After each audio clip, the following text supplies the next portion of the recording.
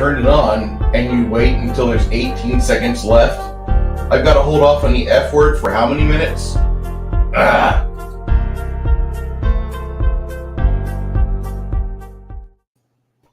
All right. Hello, everybody. My name is Bruce, and this is Tablebreakers, episode 64, titled Baron Runs Exalted, which is actually Baron Runs Exalted Part 1. And tonight we have Baron G-Rock as our resident game master, Kai of St. Rant as one of our players, accompanied by Connell, the Cigar DM, Shadow and Sun, Jade, and myself. I'd like to say hello to our chat before I turn it over to our men on the panel. Free Merchant Corps, yes, we are ready to get nerdy. Crafty Matt says, Broseph, where's the game? Free Merchant Corps says, here we go. Hello, Multi-Gun Man, and the Crafting Gamer, for all of you. Thank you for showing up on time and making us look like poo. I turn it over to you, Garrett. Ladies and gentlemen, boys and girls, children of all ages, Tablebreakers proudly brings to you Exalted. So we are going to start off. I'm going to have... Whoop. We lost the Kai. Wow. That was his randomness. I think you scared him. I think you scared him with that positivity. All that positivity. Okay. You just terrified him. He just, killed his soul and he had to teleport out. Hey, Guy's computer was like, it must be Thursday night. I have to update. Yeah. I was about to say, positivity is a gateway to diabetes. Yes. Everything's a gateway to diabetes. So what we're going to do is we're going to starting off with Bruce here. They're going to tell us what character they chose and kind of the background and whatnot of that character. So Bruce, go ahead and lead us off. All right. My character's name is Darius, and I am a Eclipse cast. For those of you that are not used to this game system called Exalted, Eclipse cast are typically diplomats or lawyers or individuals who help with negotiations. How is that, Baron? Or do you need more? Nope, that works just fine. Jade. Yeah, so tonight I'm playing Ardor.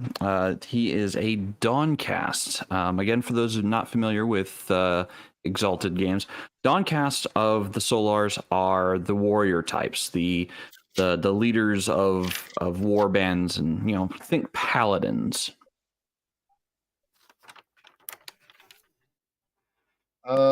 Shadow.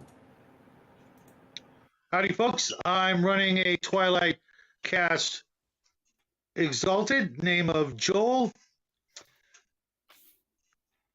More or less the spellcaster, I believe, of the group, specializing in things like summoning elementals and transforming himself into a robotic death machine. That's the best way I could describe it. With wings. All right. And finally, until Kai gets back in here, Connell. I could just hear Kai from where I'm sitting right now, cussing at his computer. I am playing a Solar Trickster as a thing. The character's name is Rooster. And he is he's a how is the best way to put it? He is the more Gambit, if he's going to say he's the more Gambit-ish of characters I'm playing. So he's a chucker. He throws things. Yes, which are not spears. All right, but so we'll wait for Kai here. Actually, while we are waiting on Kai, I think we can go ahead and kind of start a little bit. So, the city of Nexus. It is the central commerce of the northern portion of the continent. A little background on the actual world for the audience and also the game players. This is a flat world. The edges of the world are well documented and known to have what they call the wild. So there is, once you get into that area, it gets really wibbly wobbly, reality bending, timey wimey type things. Literally, time runs differently. Reality is completely different. You may see, geese flying upside down or backwards. You may see, giant frogs that are being eaten by small flies. It's basically everything is just a jumble. This is where the fair folk do live.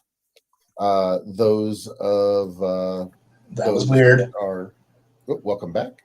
Thanks. Those that are of that line, they do have your normal tropes of the iron hurts and other tropes do kind of go in, and so that is kind of the edge. Now there is one way of telling time on this, and there is a creature that does bounce off the walls of reality that flies overhead.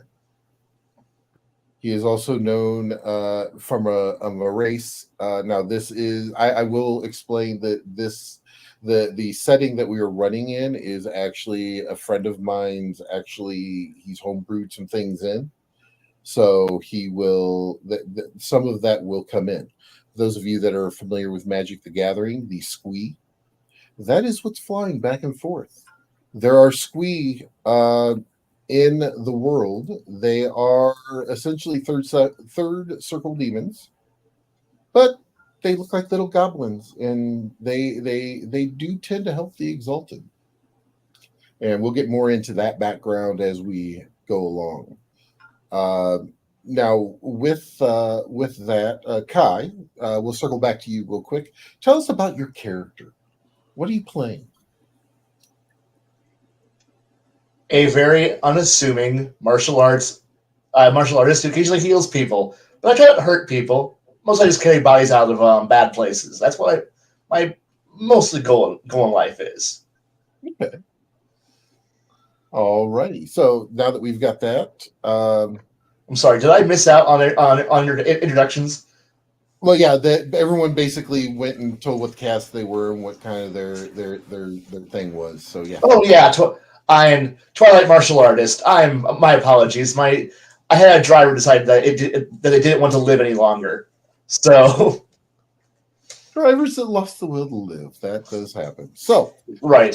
now there are also pockets here and around that are where the undead just kind of come out, and demons can kind of come out of. The underworld is encroaching. The Feywild is also encroaching.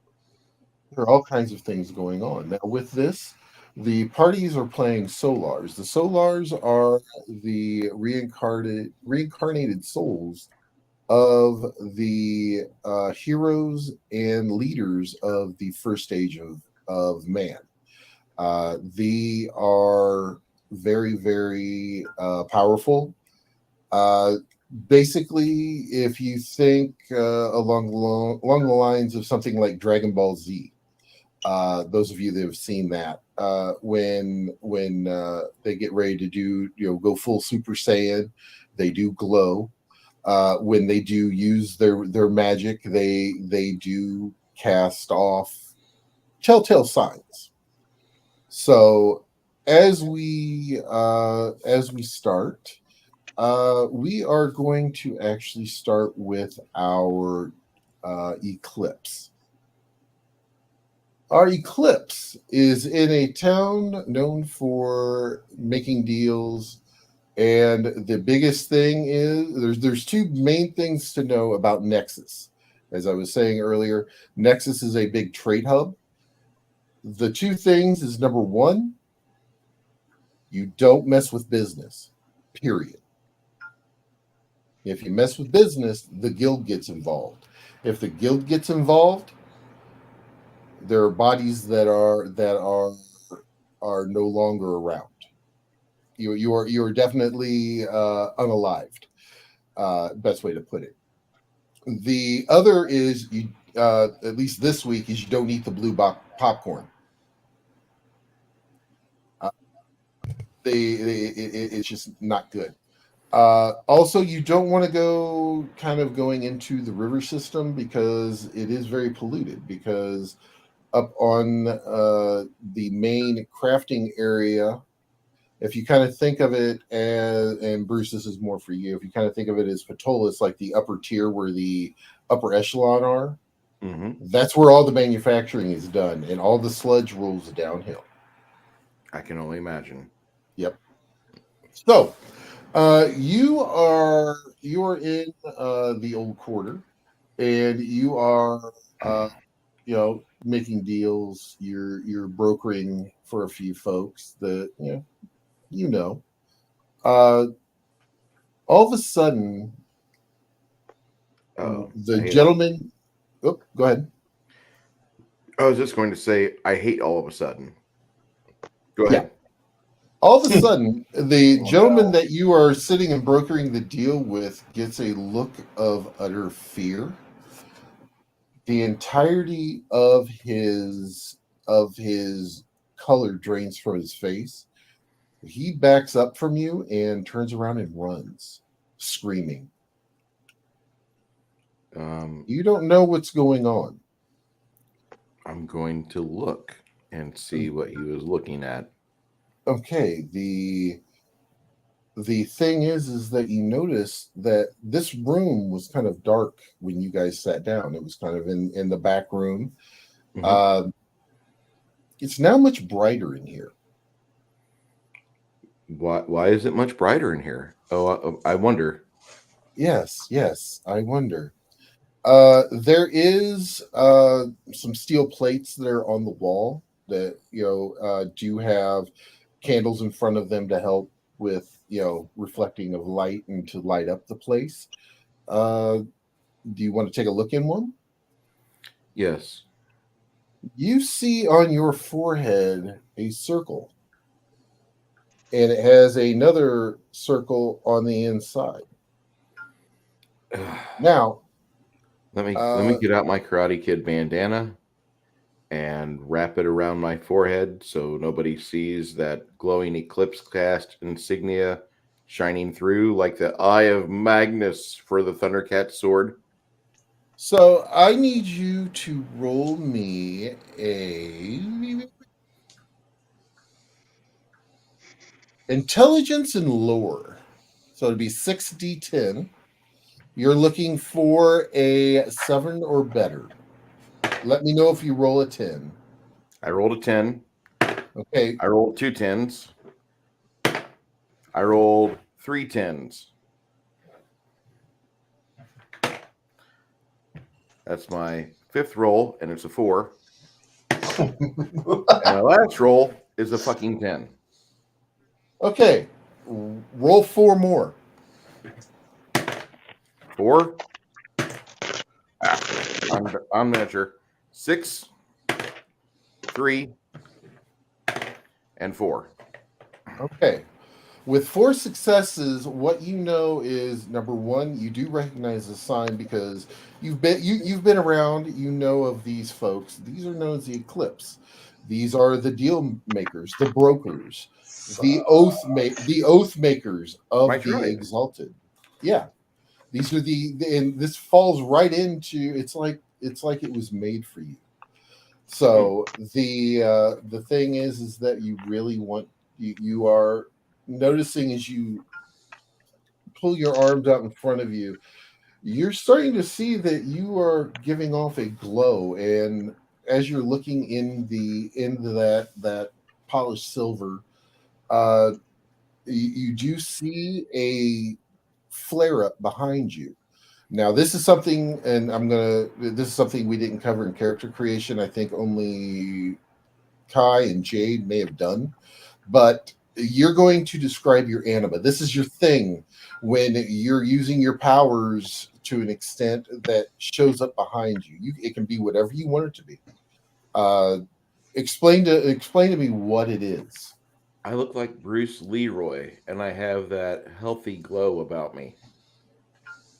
Okay, is there an image? There's an image that also accompanies that behind you. The image that appears behind me, though, instead of it being a benevolent-looking Bruce Leroy, it is a large black man with a top knot. Sure enough. Oh, here we go. We're what? Okay. So at that point, you are starting to look around. You're in this back room by yourself because the gentleman you were Everybody speaking else with left. left. And I didn't. I need you to make a, let's see, a perception and there's a perception on your side. Got 1 7, 2 7s. All right. You see a black cat kind of looking up at you. As long as the black cat doesn't look up at me and then it spazzes out and repeats its motion from the same spot on the floor, so I know the Matrix is not having a glitch, I'll be fine. I can Another handle one of being shown off, but I don't want to be. I don't want to be like Mouse and get killed by the agents. he's looking up at you and he goes, another one. Great. And you notice that in his fur on his forehead, he has a sign and another looks like a symbol also that you are familiar with. I'm going to let you have keep the original role that you had. It looks like a Twilight symbol on this black cat on his forehead. You better commit suicide. They're going to make 5 really bad movies about you. He looks up at you. Goes, no. I think you should probably come with me. All right. So I'm walking with Black Pussy. Yep. And he kind of looks over his shoulder at you as he's walking and goes, oh, by the way, my name is Bassett. Hi, Bassett. My name's Darius. Where can we go to like not cause so much attention? Well, we're gonna have to go fast. Let's go. Okay. And he starts jogging. He goes about 3 blocks, turns, and you find you're actually able to keep up with him at a full sprint. That's great because my character should smoke. Even with the with you the bad habit, you are going in and you make your way and you walk into this shop that has a bunch of masks on the wall. Now you know that whose shop this is. You see a wizened little old lady sitting behind the desk, and she kind of looks up at you and goes, yeah, I thought I felt it was about time for another batch. How are you, dear? Do I even want to know? That's my question. You'll find out soon enough. Great. Are you going to hand me a chocolate chip cookie too? She kind of raises her eyebrow at you. You know her. Everyone knows her in the district as Grandma. Okay. I was going And to say. you also know that you don't really mess with Grandma because bad things can happen to you. From this little old lady, you've heard stories that she is, broken necks, arms, legs, removed said appendages from the main torso. Point taken. I don't mess with Nana. Yeah. So essentially, she goes. So you're probably going to need to go someplace where you're going to be less conspicuous. That'd be nice. I haven't Please. stopped glowing like shown up for about 5 minutes, and I'm a little worried. You should be. The Dragonborn will be probably trying to find you shortly. If you and she pulls back a curtain. If you just go ahead and step in. Sure. And at that point, we're going to pause you after you step in. Now, we're going to go to and Kai. Mm. You two are actually out of look shy. Oh, good. And Kai, your character is one of the field medics. Connell, you're one of the kind of the tracker slash range guys for the area. You guys have been helping with the incursions of the demon attacks, and you have been basically you're more on the supply side of it. So you're moving the equipment, but when you get to the front, you're helping out and whatnot. As you guys are coming in to the pack, you guys come up to the Lord Regent of the Dragonborn detachment that you're bringing supplies to. In Lookshy, they are, if the Dragonborn are a very chauvinistic group, they tend to go more toward almost like, if you want to think, almost like a Captain Planet type breakdown for their tribes. They have earth, water, fire, air, and wood. Those are their, and I believe stone. Those are That's Earth. Earth, yeah. So those are the five major components of it, and these I believe are, if I remember correctly, are from the water caste of the dragon blooded, and they are known for being tolerant of the solar, to the point of, as long as you're not causing trouble, they're keeping an eye on you. But as long as you're not causing trouble, you're going to be fine. So as you two are hauling in, coming with the group, bringing in the lion cats in, which, if you want to think lion cats, think Battle Cat from He-Man. That's basically, they're large riding cats, and they are tiger colored. So they have the black and the orange and the whites, and you have got in, and you are there, and one of the gentlemen who is actually there kind of looks at you guys and goes, "Oh no! Oh, no, what? Oh God!" Okay, help me out here. I can't read your mind. He grabs the two of you and ushers you into one of the livery tents that they have set up. He goes, "You two have got to get out of here now. Where we go? Get back on your cats and leave."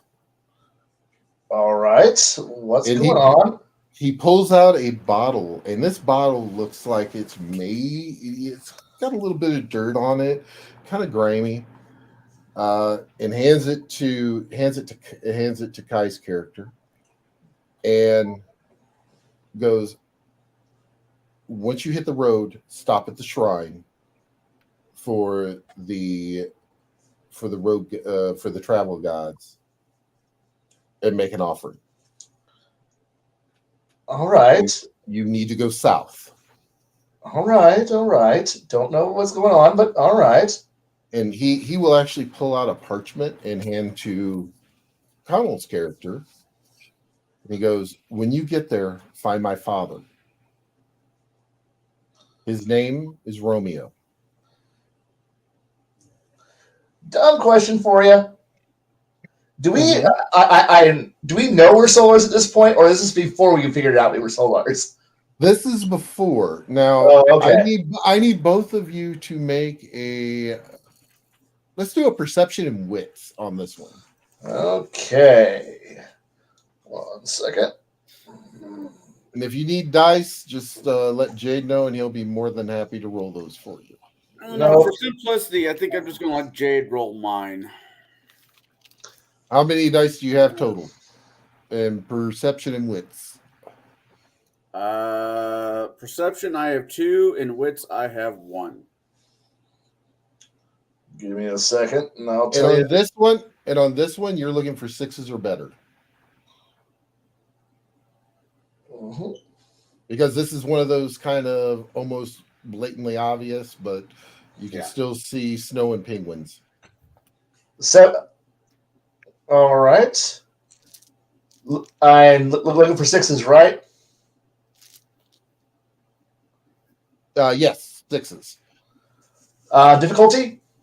Yes, that's 6. That's 6s are the difficulty. No, I mean, okay, 6 difficulty. How many successes do I need? How many did you get? 4 currently? Okay. You both look at each other, and you see your respective cast signs appear on your. It's starting to. It's almost like it's pushing out of your forehead. Ah, Slowly. hells. And you both are under the with what you know of, because in this area there are the Exalted are around. They, like I said, they aren't hunted like in other parts, but they are not always looked upon favorably. And he actually pulls out 2 pieces of cloth and hands them to each of you and says, tie these around your head to cover the mark. This will also suppress your glow, at least until you're out of here. All right. And as you both look, you guys are starting to get kind of a golden glow to you. All right, let's get the hell out of here before anything cruddier happens in my day. I take the piece of cloth, wrap around my forehead. You know, I had plans to be a monk. You know that, right? This threw that all out the window. Well, things happen. I know, right? This is a great idea. Okay. No, terrible idea. So you both get on your cats and you ride like the wind. About an hour later, you come to the main road heading south. You do see the roadside shrine for one of the travel god of this road, for this basically road god. You set down the bottle and you say a little prayer. Mm-hmm. All of a sudden, you see a little rabbit kind of pop out of the shrine and goes, "Oh, okay. So let me guess. You need to go to the lab." As he kind of stands on his hind legs, and it's kind of like from Alice in Wonderland. He kind of stands up straight. It's like the rabbit from Alice in Wonderland. You two need to go pretty quick. Okay. If you get on your horses, this is more than enough payment, and ride south. I've got you. Thank you, God of the Road. Thank you, all this things. Let's go. You two get on your horse. You both know just from your time with the militia that the trip to the lap, which is in the southern part of the continent, is about a 5-day travel. You can handle 5 days of travel? You ride, and about an hour passes, and you come up and you see, as you crest over a hill, a giant head and it looks like a gentleman who's sitting cross-legged, hands to his side, down to his side, very similar to like like Buddha. Think that type of thing. This thing is as large as a mountain, though, as you're cresting the hill. Only an hour has passed. You've been able to travel 5 days in an hour. due to the blessing of the road spirit. And as you get closer, you see on the lap nothing but houses. Now the lap, I'm going to go like above board for this one for more for the stream wise. Is lap is where the kind of the current home of the Solar are. This is where they have the People's Republic Army. And also the lap is the headquarters. The lap is literally the size of a mountain, as I stated. Houses dot the entirety of the lap of the statue, and also inside of the lap also.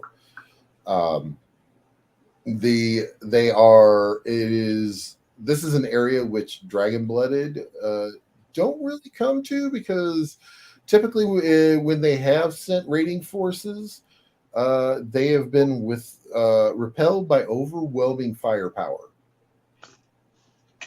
That's good for us, or yes. It is good for you. You also notice that your glows, as looking at each other, your glows have gone down. And you reach up to your forehead, because you could actually feel the indentation of your cast mark when you put on there to make sure it was over the cast mark. You could feel the indentation through the bandana, basically, that he gave you. You reach up and feel. You can't feel that cast mark at all. That's good for us. That's very good. That is good. So, and as you make your way in, you get stopped at the gate coming into town. He goes, there's a gentleman there. He's kind of looking around side to side, kind of a little bit younger. He goes, what's your business? Travel, hopefully shelter. Shelter? And he kind of like raises an eyebrow. Look, told head this way by a kind gentleman and a rabbit. Not the weirdest thing you find in the 100 Kingdoms. So, no, not at all. That's actually a pretty tame day. I know. So where are you from? Look shy. Oh, that's a heck of a travel. I know. You guys must be tired. That's like a 5-day trip. Incredibly. Do you have any documentation about that you were sent here with? We were kind of had to move on a hurry. We were told to come here to look for this gentleman called Romeo. Oh. Okay. Hold on a moment.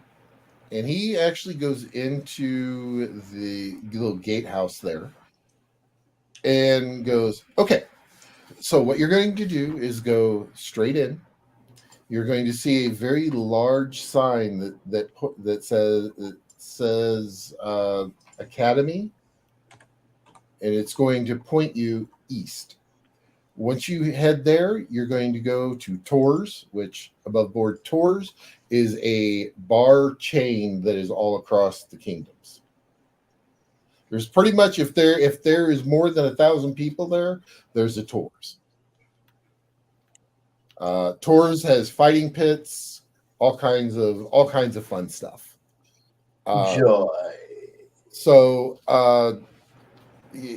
once you go past Tours, you're going to hang a left, and about a half a block down, you'll see the university. That's where you need to go. That's where you'll find Romeo.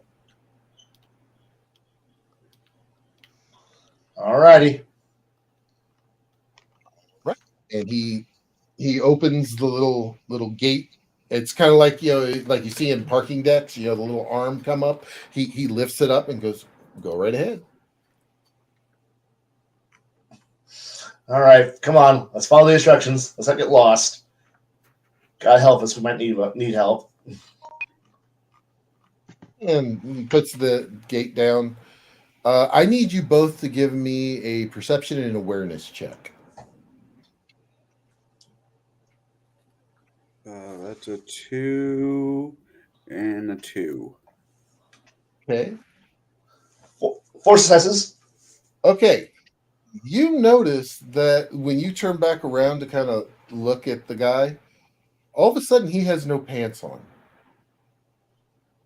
Weird. He had black pants on. All of a sudden now he doesn't. And he's just kind of waving at you like, "Hey, have a good time." Jade, you still with us? Yes. Would you please roll 4d10s?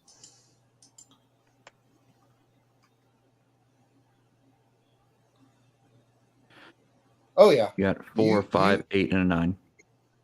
You also do notice this as you kind of, because you hear your compatriot kind of snickering a little bit. You turn around and you see what he's snickering at, and yeah, he's got his heart boxers on, and yeah, no pants. I look at Kai and very calmly say, I hate big cities. This is not even a big city. Bigger than where we were. Yeah, it's about double the size of Lookshaw. Yeah. So when you guys make it to the, you guys will make it to the university. You'll go past tours. You'll notice that on the sign when you go past tours, you see a number 1 slapped on the up beside the door, and the one in Lookshy has a number 45 slapped beside the door. And you know this because you've been to tours. This is your local tavern, etc. So that by deduction wise, you figure out this is where it all started. This was the first tours. I see. And you get up to the building, and at that point, I'm going to pause you guys. And now, last but not least, Shadow. Present Shadow, accounted for.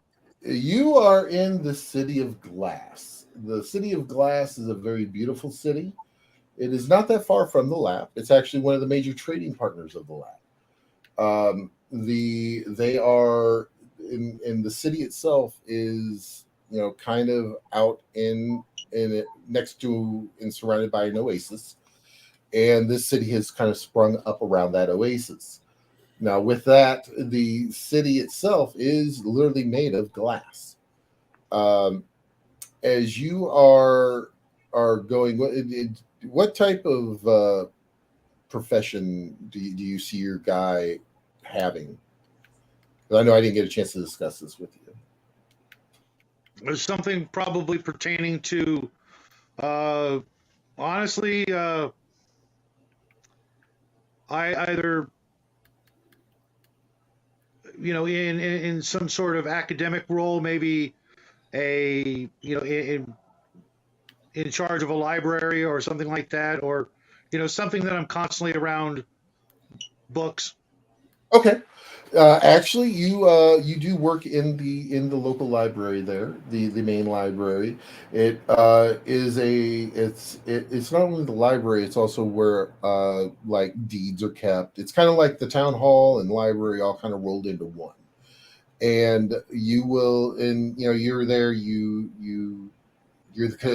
the main custodian of that library, and so you're there for the making sure that everything's in order, everything's put back correctly, make sure that your folks that are there are able to carry on, not necessarily without you, but make sure that they're doing their job correctly.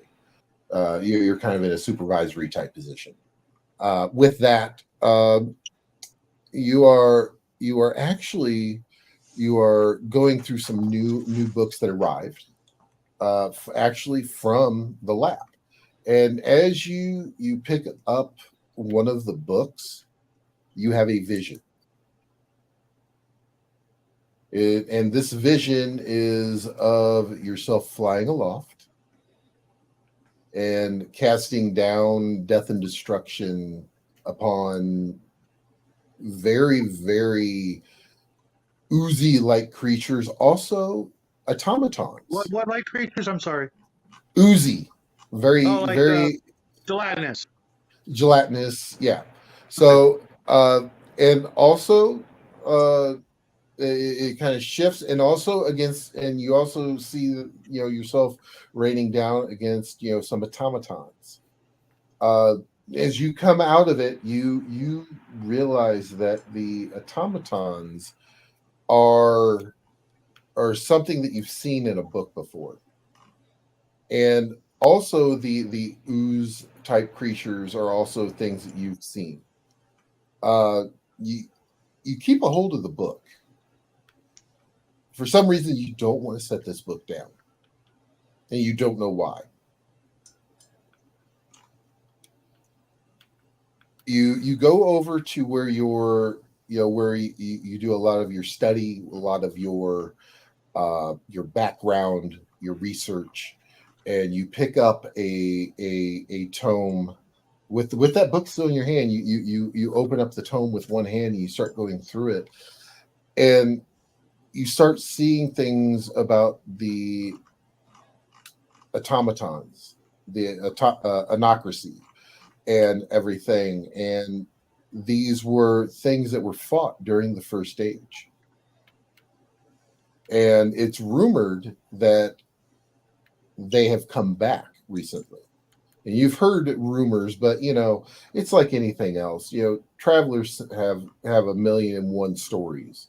It could be that somebody animated a statue and they thought, oh look, it's a metal statue, it's an automaton. Ah, but you have not found or heard of any solid evidence as of yet that this is true. Along with that, you're looking further back in this book, and you come across a picture that looks very similar to what was in your vision of a brownish green ooze type. And this is one of the primordials, the original inhabitants of this world that were cast out by the Solars millennia ago. And this is really starting to resonate with you, and you're like, why did I see this? Why? And then you turn and look at your book, and you start paging through that book. And as you're paging through, I need you to make me a straight willpower check. How many dots do you have in willpower? 6. All right. Mike, if you 4, roll 5, him. 5, 3, 3, and 10. Okay, roll the 10 one more time. 3. Okay. So it's like a memory that you're right there. It's right there. It's kind of like like from when you were like very young. It's like when you're like 2 or 3 years old, you remember certain things, above board, like you take a trip and you see the moon over the Great Salt Lake, the salt flats. It's kind of like that. You don't remember anything else about that, but it's just like that one little thing that just kind of sticks there, but you can't chain it together with something else to make that memory whole. And what you're in, as you're thinking and trying to concentrate on it more and more, the book starts to kind of move on its own, and it actually comes onto your chest. And then all of a sudden, it covers your chest and becomes metal.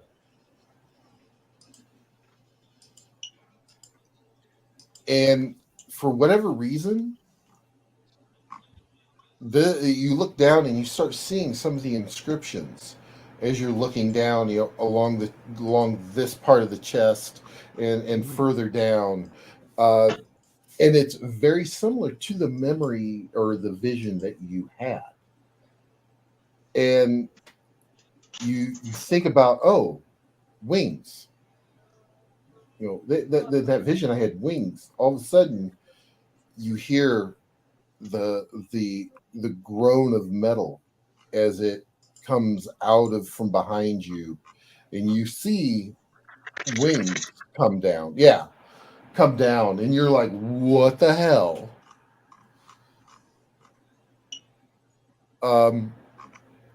You're at this point you're kind of freaking out because you've heard of things like this. These are like artifacts, and you've heard of some things like this, but you've never actually seen one. So, number one, you're excited. Number two, you're scared to death because this is now attached to your chest. I try to make sure none of my assistants can see what's going on. Well, you're in your private study, so they Okay. know better than they know if you go in there, you don't get bothered. They are well aware of that because you've thrown several things at them. Yeah, and they tend not to Yes, like yes, I probably have. that. I will also look at my restroom mirror or something like that to make sure I'm not just hallucinating. See if I see that in the mirror, and also so I can see what's behind me and get a better look at the wings if they are in fact real. You look at them. The wings are real. You reach up, you touch them, you feel them. You touch the ends of the wings, and they're kind of sharp. You prick your finger a little bit and go ow, and like that owie. But no, the black bound book melded onto his skin and became the chest plate with the wings. Sorry, I didn't explain Not that badass. to very, very, very thing. But um, as you're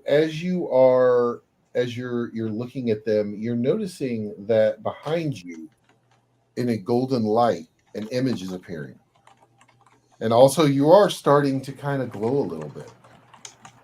Describe the image that's behind you. It would be an eagle with the in its claws are, I don't know exactly what they're called, but on a set of scales, adjusted scales, the two Mhm. sides, one Yep. of those plates with chains in either claw. Okay.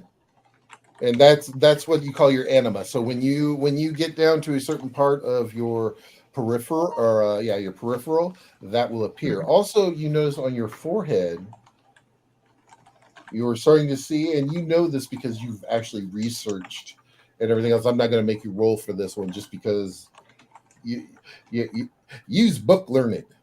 So Right. and you're able to see the twilight symbol come to your head. Uh, about that time, you hear a rustling of a cloak behind you. Whirl around to see what it is. There's a gentleman standing there. He's in a black cloak, a kind of a black wide rimmed hat. There are purple embellishments on his cloak, on his hat. Uh, he goes, "Howdy, brother." Howdy. And you are? Ah, I'm sorry. My friends call me Darkwind. How did you get here? Well, when you leave the door unlocked, it's very easy just to walk in. I would have seen you walk through that door. Oh, well, there's also this door, and he throws it's a ball about the size of a small baseball. He floats down. It is also embellished with black and purple. It kind of, when it rolls to your door, it will it'll actually split and unfold and encompass your door, and there's like a purplish black kind of hue kind of streaming off of it, and he goes, "Come with me. Let's get dangerous." Nice hat, by the way. A friend of mine has one just like it. You. Where do you want me to go? Where are we going if we step through that door? Oh, to my workshop. Can We you? need to get this Can you? we need to kind of get you calmed down a little bit so you're not so glowy, so we don't have to worry about the folks coming up after you. Give me a moment. I scribble a note on my desk for my assistants. Be back tomorrow, possibly later. Continue about your work and sign it. Okay. Oh, you may want to grab that book over there too. And he points to your tome that you were paging through. Do so. Okay. Yes. Let us go. Grab my blade as well, or anything Okay. else I think I might need. Okay, yeah. You grab all your accoutrements and you make your way. You follow him through the portal. You see, if you want to think about the most grand blacksmith shop you've ever seen, double it. This thing is the size of probably I don't know. I 2 can foot. imagine quite a bit. The inside is the size of 2 football fields. There are forges. There are all kinds of implements for blacksmithing, for crafting. It looks like any craft you can think of, there seems to be a station to be able to do it here. And off in one corner, you see a giant man just sitting, swinging a hammer, just hammering out some very interesting looking metal as he's just sitting there. And he Darkwing goes over to him and he goes, "Ah, you're back, boss." He goes, "Yeah, yeah. Got a newbie." He goes, "Ah." He goes, "I'm Carl. I'm Joel. Nice Well to met. meet you." This guy stands about 9 foot tall, single eye, and he is very, the hammer that he's using is a very large hammer. The metal that he's pounding on is a silver and blue green kind of amalgamation. If you want to think about like a kind of like what a Damascus would look like, that's kind of what this looks Okay. like. Very much so. And you know this as being uh, a material that's very rare. It's called soul steel, and it's very hard to get a hold of and very hard to create. And as you look around, you see that there are actually billets of this sitting on a table near him, like hundreds of billets on a very large table. Okay. And you know the cost of this stuff is probably in the hundreds of thousands of jade. Jade is the currency here. I was going to make a bad joke, but I will pass. Yeah, no, not the one down, 2 down from, or 1 down from you. Right. He goes, so it appears you need to make your way to the lab. So For what I need purpose? well, training, of course. You must go to the university. You must learn to hone your skills. And he actually stops and takes a look at the wing and goes, "Oh, I remember this. You were really good using it." As he's touching the wing, all of a sudden you, in your mind, you just, for whatever reason, you don't know where it came from. In your brain, it just pops retract, and they will, make metal shuddering sounds, and go back into the armor. I imagine like the Batmobile from the Yes. Michael Keaton movie. Yep, very Sweet. similar to that. and they fold back in, and they go back in, and on the outside, there's no whatsoever look, feel, bumps, anything of having those wings there. It's completely smooth on the back. And he goes, if you just give me just a few moments, I need to go prep the portal. And he hands you this, and he goes, you want to find a gentleman named Romeo. As he hands you a piece of parchment. And at that point, you do go through, and he powers up the portal. He does kind of looks like he's what you would think of as is just unusual hand movements, and then he touches both sides of the wall next to a doorway, and all of a sudden a jade colored portal appears. As you go in, as you step in, you come across a lion-headed stone statue. As you approach, it draws its sword. State your business. And I've he been points told the sword at you. I've been told I must come here for training. You don't train here. Where's your documents? Hand him. He takes them. He sheathes the stone sword, opens it up, and goes, "Oh, okay." He rolls it up, hands it back to you, and he goes, "Yeah, Romeo. Always thinking he can just slip right on by. Doesn't have to give anybody any type of forewarning." Fine.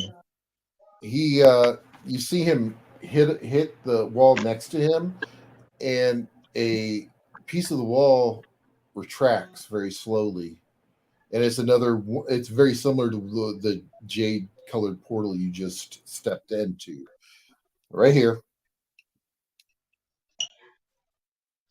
Thank you. Good Yep. day.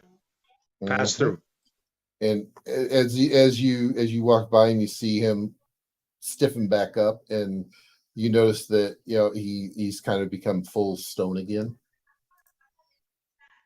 So now, as you step through that portal, a very interesting thing happens. You are essentially walk into a entryway that is very large, grand sweeping arches, very, very innate carvings, and you know that from this, it appears that it is a lot of solar symbolism. As you turn, you see two gentlemen walking in the front door. You see Kai and Connell. You also see a gentleman. We've never met before, correct? No, you guys have never met before. You also see another gentleman coming from what looks like kind of a dark room straight across from you, stepping out, wearing very finely tailored outfit, very what you would think of as a normal trader type. And then finally, you see a gentleman in full plate, arms crossed, just kind of standing there. And that, my friends, is our last member, Jade. Jade's character. Jade, you've been here for about a week or so, and have gotten through a lot of the indoctrination training and etc. So Very you're well. very you're kind of up on what's going on. You just kind of look at the rest of them as they kind of come in, and because you were told to wait here for the rest of your team. Ah, good. You've arrived. Maybe we can get started soon. That'd be nice. Does this place got food?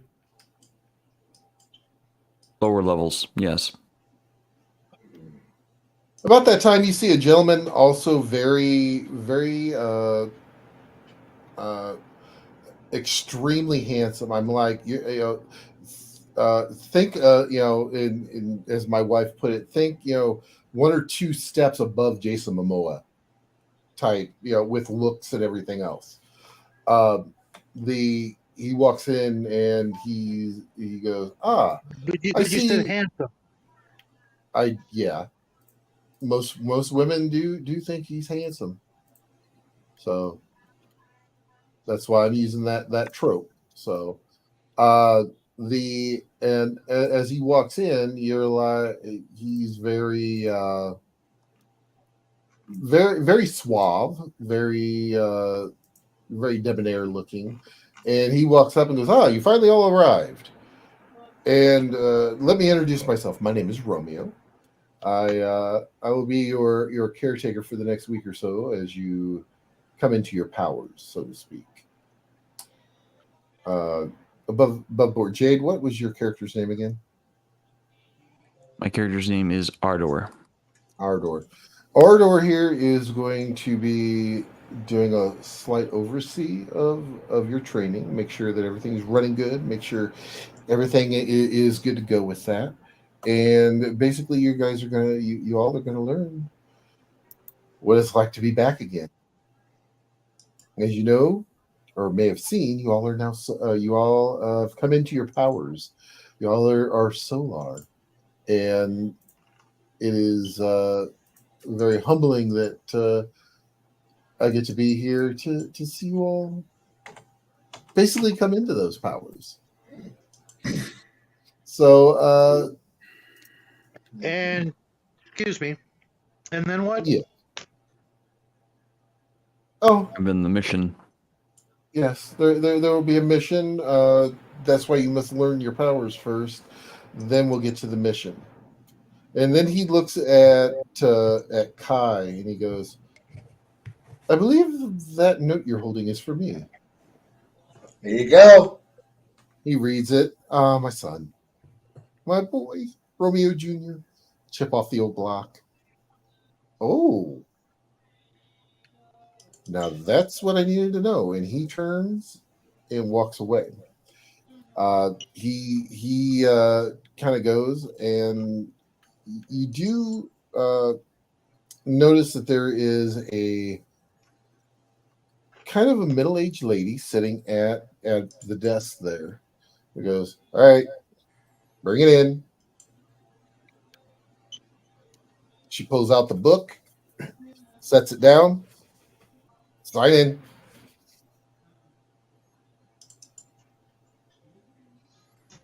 Don't worry, blood's just a formality. Right. Again, excuse me. What exactly are we signing? Our lives away. No. It's only temporary. We'll be back. We'll be back here again. Don't worry about it. I don't recall volunteering. It's For called anything like voluntold. Yeah, it's voluntold. Your father has requested your presence here. 7th Legion, and we're used to this shit. So. And what? He's too busy? Yes. Well, yeah, he's the unconquered sun, the god of this world. I understand that.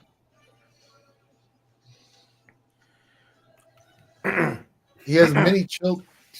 He has many children, so I understand that as well. And he's also dealing with things in his realm. Also, Games Divinity. You're here to deal with. He set you all here to deal with things in this realm. Games Divinity. He's busy. We're here to do the real work. He's just sitting back and eating popcorn, watching the show. No, he's not. but no. Monopoly chess risk is very, very, very intoxicatingly good. How can you say no to this? the essentially she explains to you this is you're signing basically this is for your housing, your training, costs you nothing. Oh, there's always a cost.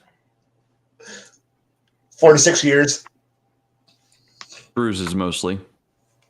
You heal fast. I'll be last to sign.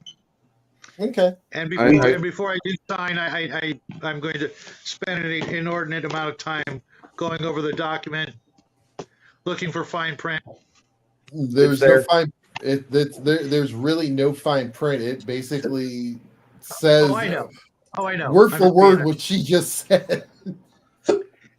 And right before I put the pen to paper, I say, and if we refuse to sign, You won't learn how to use your abilities. You'll be cast out of the lap, and the Dragonborn will find you. That doesn't sound like fun. So I hand my written note back in. Here you go. I sign. All Yep. right. Wait a second. It's not fun at all. The recruiter lied. The recruiter lied to me. It will be mandatory fun, I'm sure. Ah! As I go up to Worst sign, enjoyment. I go up to sign and says, "So what floor is the food on?" As I'm rubbing my stomach. Yeah, it is almost lunchtime. You know that when you guys left, it was late morning. So now I it's know like it's not going to be a lunchtime. Waffle House. It's too early for Waffle House. No, There's it's never- There's no such thing as too early for Waffle House. I've never heard such blasphemy from you, Kai. Look, Break my heart. if we go now, it's gonna be like it's gonna be full of normies and regular people. It's like you just get food. You gotta wait till the fun starts. That's like around 3, after midnight. That's when the fun. That's when the fun people show up. If you have a Waffle House in your area, the schools will call them to see if they close before they close down the schools. It's actually the Waffle House Index. Yeah, man. Category 5 hurricane, the Waffle House. We're good. I wish I was joking. You're not. You're not. I love them, but again, you go there during the daytime when the sun's up. It's just normies. You're like, what the fuck is this? This is just okay, good food. But then when the sun goes down, all the cryptids show up. Like that, the guy with only one tooth, the guy you're quite sure is like might have a chromosome functioning in his body still. So other weird slimy creatures who are just dragging themselves about. It's like this is now what we came for. Still good food, but now entertainment. I'm too poor for Renaissance Fair, but I can go to Waffle House for $12.67, and I can get myself a good barrel of laughs. Come on, I went to one once, and I was convinced. I was looking at a deep one who was just barely wearing his human costume, and I'm like, going, "This is what I want." And let's get back to game. Why? We're having fun. Sorry. Yes. All right. So the as Jade's character will lead you downstairs to the food area, you do find that there are many different fares. Actually, it looks like that they serve breakfast, lunch, and dinner here all at the same time. So if you want that true Waffle House experience, you can actually have that. Yum. I'm not passing that up. This might be the last meal we get. I want bacon, gravy, and cheese on my hash browns, please. And they serve you. You sit down, you have your meal. About that time, you are taken. Cue the Rocky montage. See, I was thinking more of the. I was thinking more of the. Making a man out of you kicks in from Mulan. No, well, maybe for you, but everyone else gets the Rocky montage. It's a montage. Yes. So basically, with that, you are gone through your train. You learn your charms, which you do have, and also you do learn a little bit of the history and whatnot. And about a week later, you receive an invite up to what is known as the Big House. It's a house kind of up on the top of the lap that is kind of off by itself. There is a bridge to get there, and it is gated. It's kind of its own gated community, with only one house. You're invited to dinner there, so it's kind of one of those that you don't have to. You don't really decide to go. You're going to go. Type things. So it's one of those you're getting voluntold to go. Then as you make your way, you see at the gate there are two small goblinoid looking creatures. They kind of look up at you. Let me see. Give me one moment here. I'm going to start making funny noises, trying to communicate with them. Yep. Well, I'm gonna mimic them as I best can. Gamergate.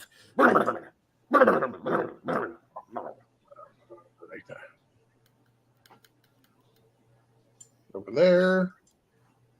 Come on. Give me 1 second, guys. There we go. So I'm going to remove that short for a moment.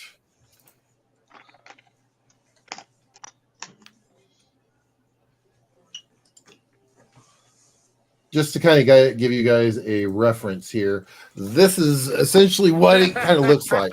Little goblinoid. They card. Huh? I have that card. Yeah, they are Several. they are very. They don't look like the sharpest tacks in the toolbox there. They look like they got mismatched armor. One of them's wearing kind of a what you think of like a gladiator helmet, but he's got it on his head but turned to the side. And he's not on a team? Yeah, no, he's not on a team. And then essentially they see you guys coming. They come to attention and go, "State your business."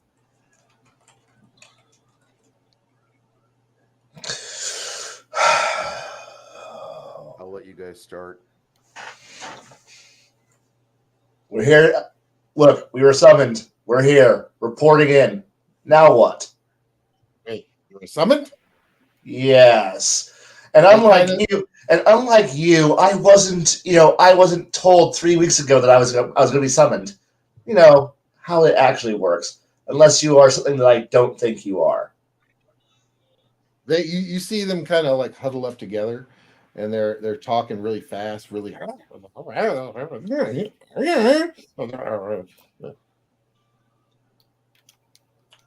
Oh, and then they stop and look at you.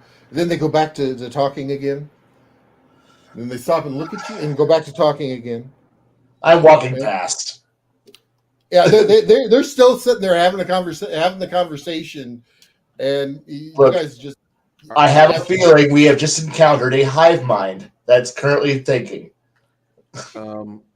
Very slowly. Are these things part of the accepted natural environment? I do believe these are the rejected third circle demons, the kind that just appear.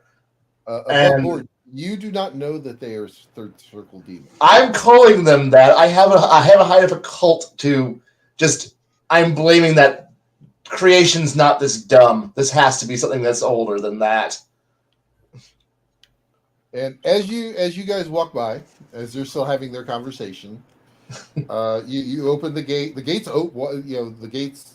You're able to open the gate and walk right on in. You cross the bridge, go up to the house. The house, very much think the Addams family's house, except that it's actually like In color. but Is there a Lionel train set on the outdoors? No. Okay. But there is a creature sitting there that looks very much like the two you just walked by, and he's just sitting in a rocking chair, just rocking. Obviously, he has a better grasp on reality than his two brethren did. You I might see be you asking for too much. I see they finally brought you up to the house, huh? Yes. And he's just sitting there rocking. He goes, I'm old Squee. You can just call me old. All right, old. And he's sitting there just rocking. And he goes, they're waiting for you inside. Any idea who this is that we're going to go see? Could you please not refer to they in the singular? And what is the name? It's actually Romeo and the Duke. They're waiting for you. Appreciate it. Thank you. What time period is this? Tip him a silver. There technically is no time period with this. I mean, I want to make a comment like what John Wayne's in there, but I don't know if that's Prehistory. Yeah. Okay. Prehistory. Yeah, you wouldn't know. Late Bronze Age, High Classical, Early Iron Age. Okay. All right. That makes Well, more it's sense. not I'm Earth, sorry. so But no, that's Right. approximate. Like we're in the High Classical era. If we wanted to think of an Earth equivalent era, so Gotcha. Sorry, I was mildly confused. no worries. Don't worry too much about anachronisms. We are in a post apocalyptic world. So Post apocalyptic. yes, there has been at least 4 major cataclysmic events that have ravaged this planet, and we are literally in the ashes of it. So John Wayne would have been an appropriate comment because there could be a legend.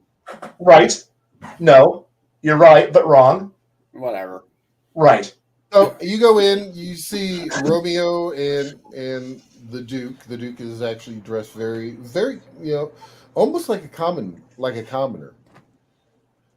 Just sitting there, they're sitting there eating and whatnot. Oh, come on in, join us. And as you sit down, there are many more of those little green guys that bring out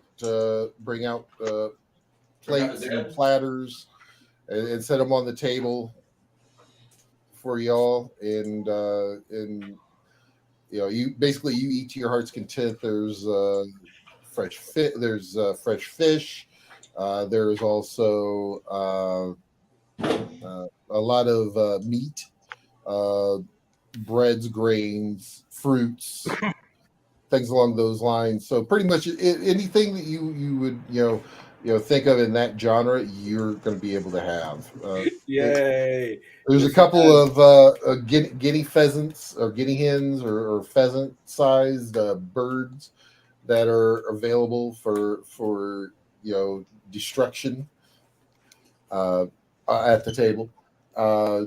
So you sit down and eat. You eat a very good meal, and this is actually one of the better meals that you've actually had, and you've been eating pretty good over at the mess hall.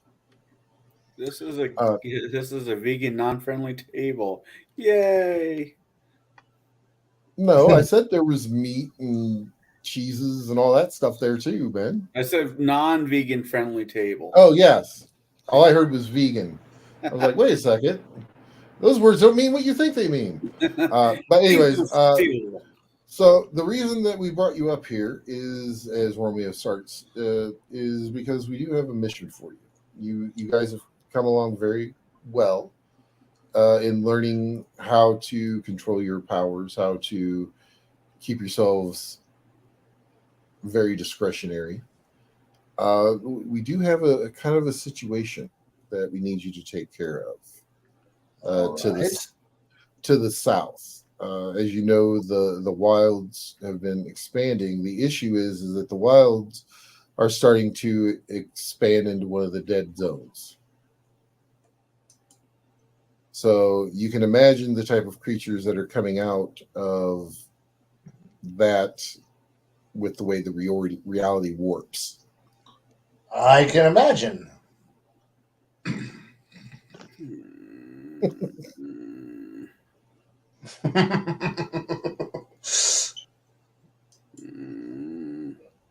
What? We will provide you mounts. It's about a 2-day trek. You guys are going to be the kind of the probing or scouting force. We need you to go in, find out what we're looking at, and then come back. Oh yeah, coming back I can guarantee. All right. No, coming back's kind of Maybe. relative because if you don't come back from the actual mission, you'll eventually come back. Either way, we're coming back. Above board, you'll reincarnate basically into a new your soul. The solar soul will reincarnate into another body. Yeah, but I won't be attached to it. No, thank you. Things happen. Things happen. I would prefer it in 2,000 to 3,000 years. Thank you very much. Now, I got a question.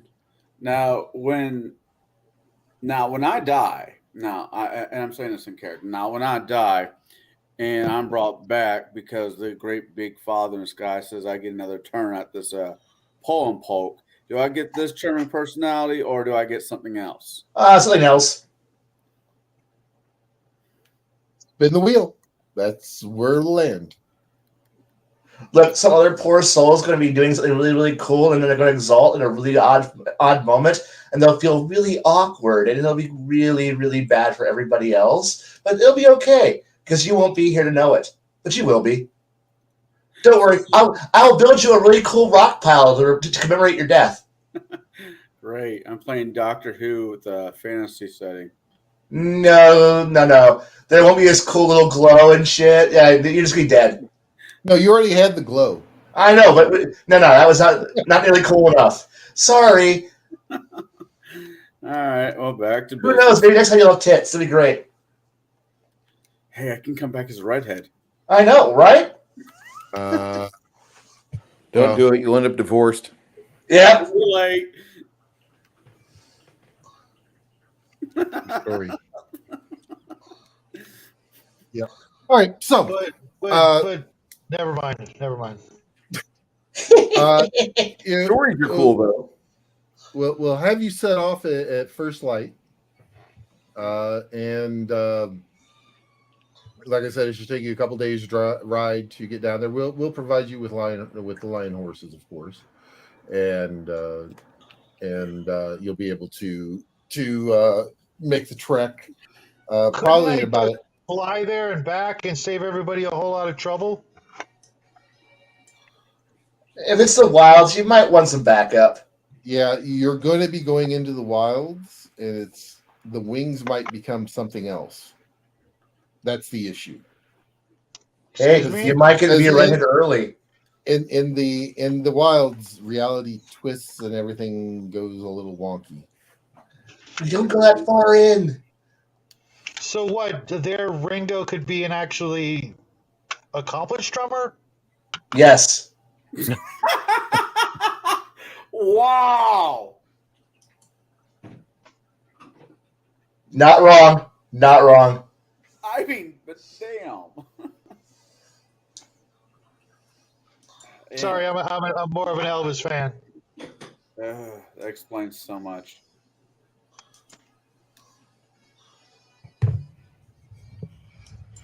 All right. You always thought the Stones were better than the fucking Beatles. Hey, campaign. Anywho, Just because you came first doesn't mean you were good at it. so we're going to go to the wild. You have Yep. months. Just a wild spot, yeah. I keep in I my head, love- I keep wanting to call it something else. I'm like, no, this is not the Never Never. This is not Yep. Dresden. Yep. Look. I love cleaning up parts of the of the Valerian Crusade. This is a good idea. Let's go look around, and hopefully it's not bad. So they go ahead and you guys kick off for the night, and as you're walking by tours, you hear that that there are pit fights tonight. Oh no! That's not for me. Well, no, pit fighting is actually a spectator sport, not a compete sport. Unless you Right. want to. Unless you want to. No. So, does anybody want to go into tours and have a couple drinks and watch the pit fights? Sure. All right. You continue to watch. All right.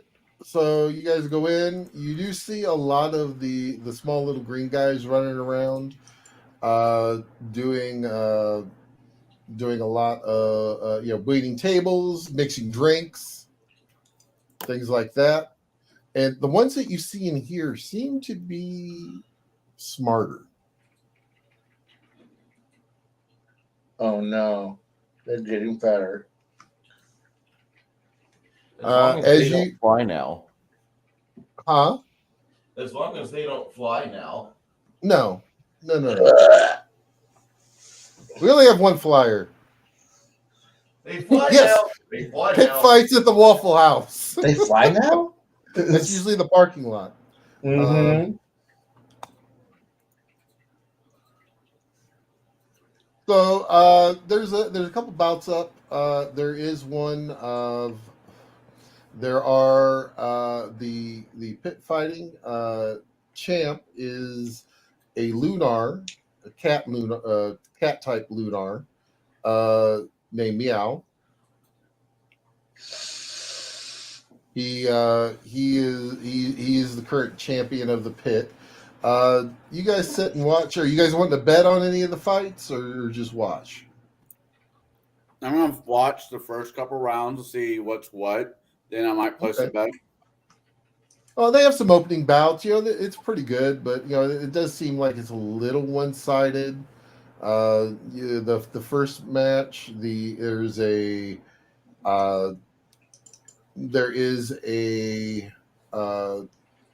looks like a Dawn cast in full plate, sword, everything. He's fighting an archer type, and then he's basically the archer type's able to take him down pretty easily. You see that when he fires his arrow, because if the pit itself, just to kind of give you an idea of the size of the bar, the pit itself is the size of about a football field. Oh, I'm sorry, half a football field. That way you can kind of get it in your mind. So this is a very large area, large bar. Like the Coliseum, just not as tall. Yes. And you can stand up on the main floor and look down, or you can actually go into the seating. It's up to you where you want to go. The archer does pull off. It looks like a couple of charms of his. When he fires the arrow becomes becomes many arrows. If you think about that scene in 300, where they say we're going to fight in the dark, that's what happens. And as he fires it, as they come down, they become the size of ballista bolts, kind of driving the guy down and everything. At the end of the fight, you see that the Dawncast kind of gets up. They hand him a drink, and he drinks it. And He looks none worse for wear, really. The fights are typically fought to knockouts, not death. So basically, they're fine. He kind of hobbles off. The second fight is two melee types.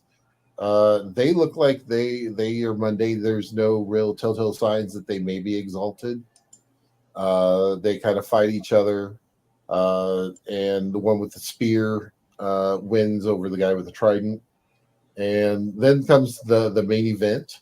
It is Meow, and he makes an open challenge to the bar. Who here thinks they can best me, the champion of the ring?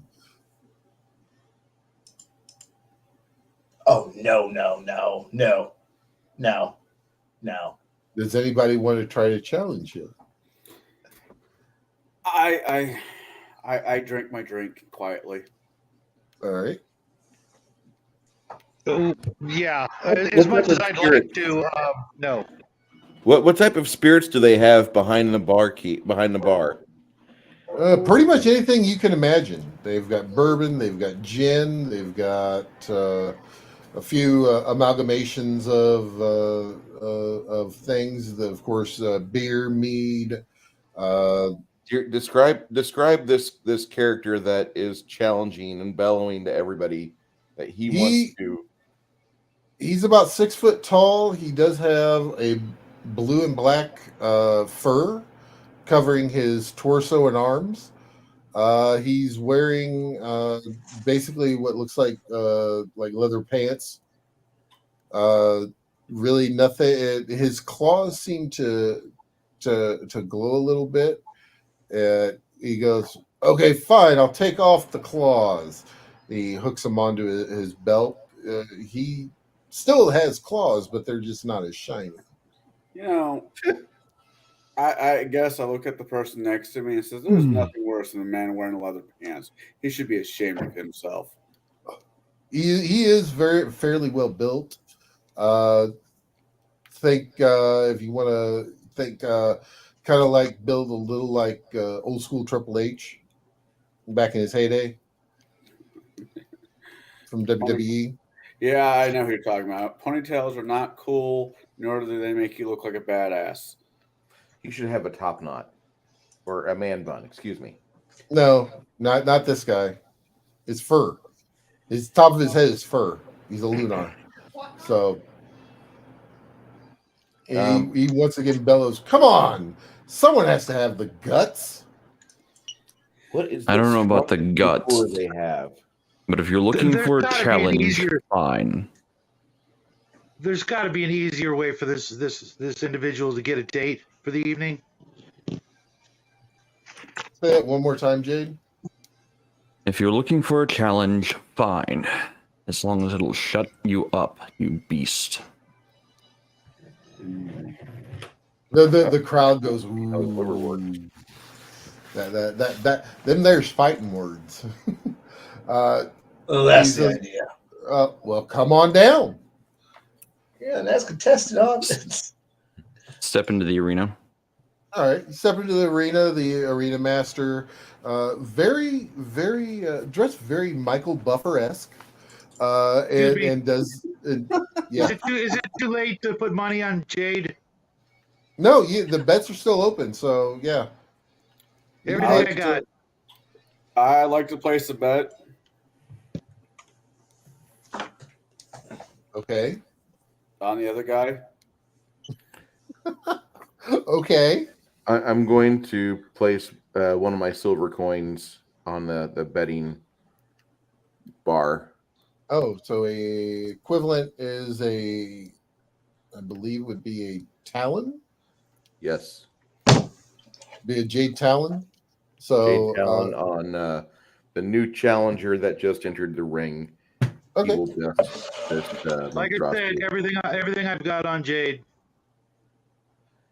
Yeah, you've got about 3 talons on you. Shadow, so that you bet your your three talons on him.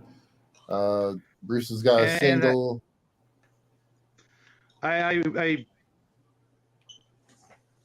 say to Jade before he is out of earshot, don't let us down.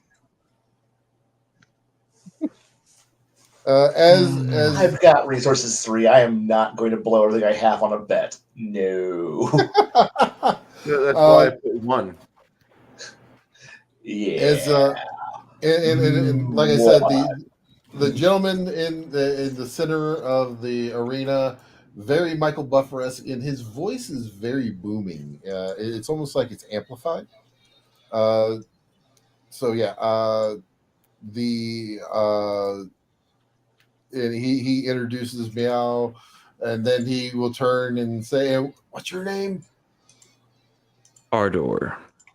And Ardor will be the challenger for the night. We don't know his accolades. He's new to the pit fights, but he kind of looks at you. Good luck. And he kind of scampers off. You do hear like a bell ring, and you guys are sitting there kind of like sizing each other up, trying to Armor, weapons, yes or no? If you think you can hit me, yeah, sure, why not? Okay. The armor may have you survive a little longer.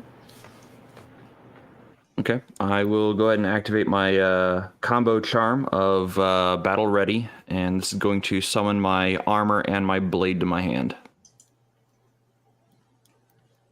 Let's see here, how many essence is that? Your summon loyal steel is 3, and the armor is 5 motes, so a total of 8 motes out of my personal essence. Okay. And well, with everything here, you don't really need to worry about your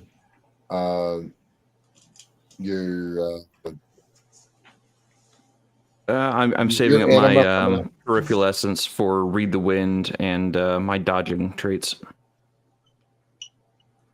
Okay. As soon as your weapons and armor are basically equipped, he jumps at you. I'm gonna drop 3 motes on Read the Wind for dodge. Okay, roll your dodge. Let's see It'll here. be, It'll be stamina and or not stamina, dex and your dodge. So 5, and let's see here, I got 2 additional, so 7 dots of dodge. Got 2 10s, an 8, a 7, and then I've got 2 3s and a 5. Okay, reroll So, the 2 10s. 2 10s.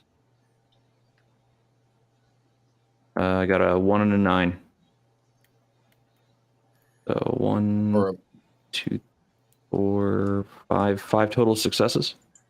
You're able to actually dodge as he leaps and he tries to claw at you. So that is reactionary. Yep. My turn. What are you doing? So because that is reactionary, that's not my actual action. I'm going to lay into him with my rate 5 soul edge and make attacks at him. Okay, roll to attack. Okay, so let's see here. It is strength and melee. Let's see here. So that is 4 dots strength, 4 dots melee, 8, and then you roll the attack, the accuracy, right? With that. Yes. Okay, so total of 12. 3 10s, 1 9, 2 8s, 1 7. Are 6s successes or not? So you're looking at 7 and higher. 7 and higher. So I've got 3 1s. Oh, no, 1 3. So no ones at all. So 1, 2, 3, 4, 5, 6, 7. Right? Okay, re-roll those 3 10s. 7. Okay. Just gonna put a bar there.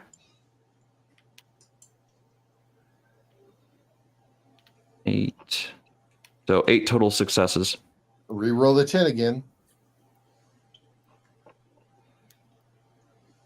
It's not a success. Okay, So so just 8. yes, you do hit him. So you're going to add 7 die to your damage. Okay, so my damage is 9. So it's 9 dice plus 7. 9 plus 7 is 16 dice worth of damage. I'm going to put a bar and 16. So, and it's again just the dice that are over 7, right? Correct. Okay. So I've got 2 8s, 1 9, 2 10s, and this does not explode, correct? Yes, this all 10s Oh, it does? explode. Okay. Come on. Yeah. 2 and 2 ones. That's fine. So I got 1, 2, 3, 4, 5, 5 hits of damage. All right. And he actually winds up almost getting hit, but he dodges out of the way as he kind of flips away from you. Okay. Let's see here. So that was 1 attack, right? Out of my rate of 5. Well, But he's also out of range now. He's out of range Yep. now. So, yeah. Okay. All right. So he's going to come at you again. Yep.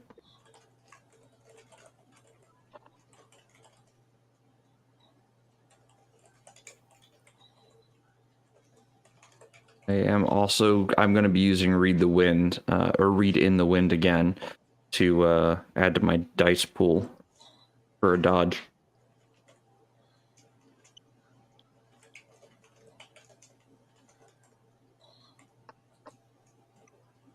All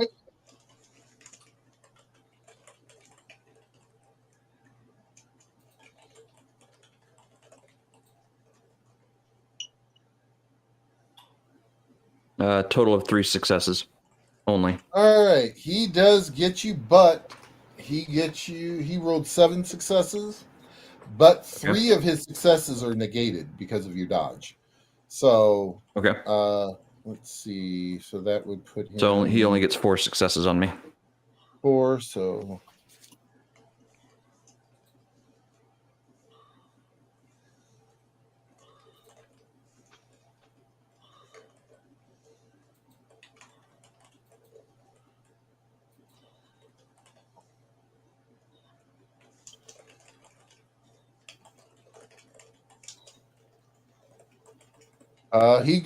he does 7 to you. This is non-lethal. So I'm going to be able to soak mine. So this is bashing then. Yep. Okay, so I'll be able to soak what I've got a natural of 4 and armor of 9. Is that combined or is it just the armor? It's at this point it's just the armor. Okay, so I'll be able to soak 9 of that. Yep. How much damage did you say? 7. So you soaked it all. It basically the armor kind of. Okay. But there is a fist-size punch right in your chest plate now. Okay. When struck in combat, I'm activating this for 1 mote. When struck in combat, each point of damage you suffer before a soak roll, I roll 1 die. Each success restores 1 mote of essence.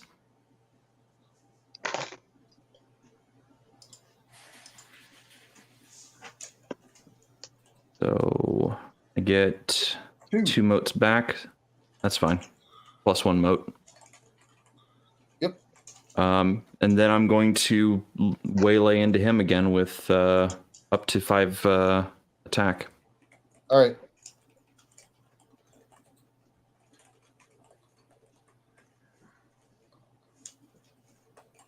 That's your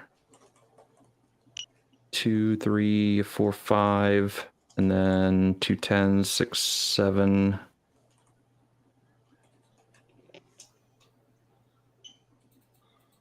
8, 9. So 9 total successes. All right.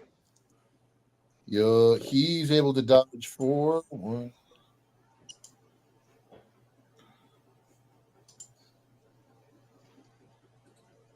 Five of those. Okay. Let's see here. So I get, how many did I say? 5? Yep. Or 10? You 10. said Okay, 5. so I get 5. Yeah, 5. 5. 1, 2, 7, 8, 9. All right, so yeah, you Wait, said he hold on. dodged 4. Wait. 2, 4, 6, 7, 8. So you get 3 additional die to your damage. Okay.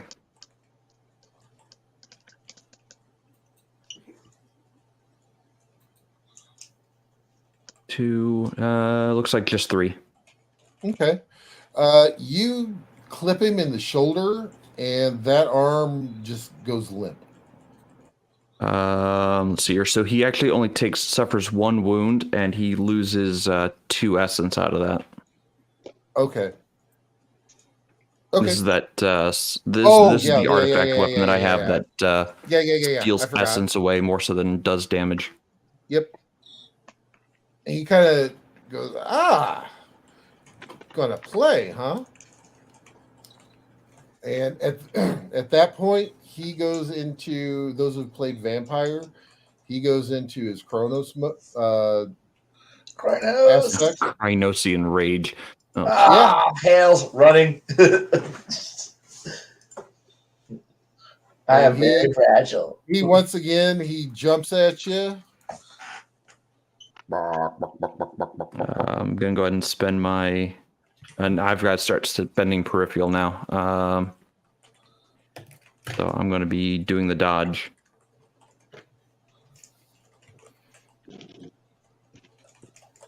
Only 3. Well, hold on. Yep, only 3. All right, so he got 10 successes, so that will negate. Well, his strength goes up. I negate 3 of them. Yeah, you've played a Lunar before. You know how their strength is. Oh yeah. If you didn't have the restriction for us to play only Solar, I would have played a Lunar. Wait. I could have been a. Ooh. Oh, damn. Don't start thinking, because otherwise I would be playing my Divine Accountant, and this would be great. Oh, damn. I It is know. what it is. He'll do 12 to you. 12 damage. Okay, I can only set 9 of that, so I'm gonna be. I'll spend the 1 to get. Let's see here. You said 12? Yep.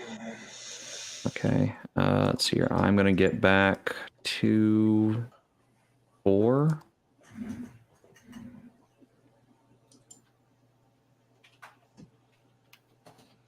I'm gonna get back 5. Okay, make note of that.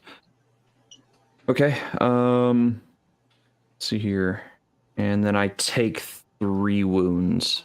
Ooh, geez, that hurts. Well, this is bashing, so it's not like it's lethal.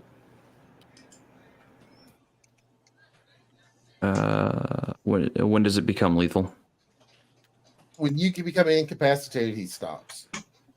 Oh, okay. So yeah, I'm at 3 wound levels. All right. So I'm taking -1 to my rolls. And then that was his first fist. His other fist comes back around. I can't dodge that one. I've already used my reflex. You heard it, boys and girls. He likes the fist.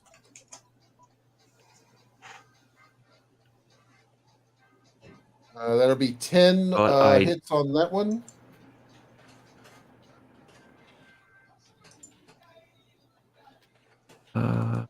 See here. can't use the golden essence block, can I? Well, it's instant. Duration instant, reflex. Oh. Parry attacks from multiple foes. Oh, it's not multiple foes. Damn. Yep. So your soak is, what did I say it was? 12 again? My soak is 9. Can I throw a rock at him to count as secondary foe so that way he can cheat and use his power? No. Dang it.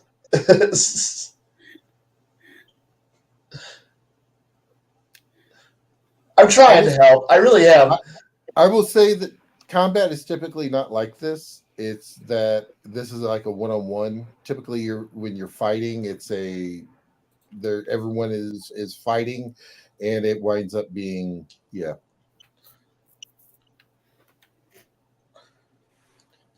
From my understanding, How much damage? I think I said it was 12. 12. Okay. I can soak 9 of that. I am going to spend the 1 to get 11. Hopefully up to 11 back.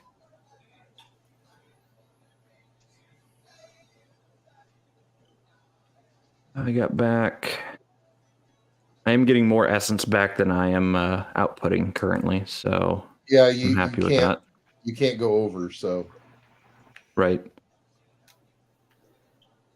Yeah, that's fine. Note that down. Okay, so now it's my turn. yep. Well, he didn't leap away this time, so I'm going to lay into him with all 5 of my attacks. Okay.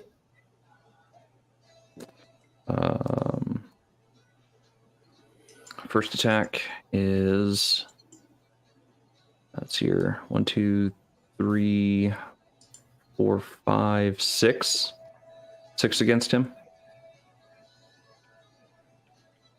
One moment.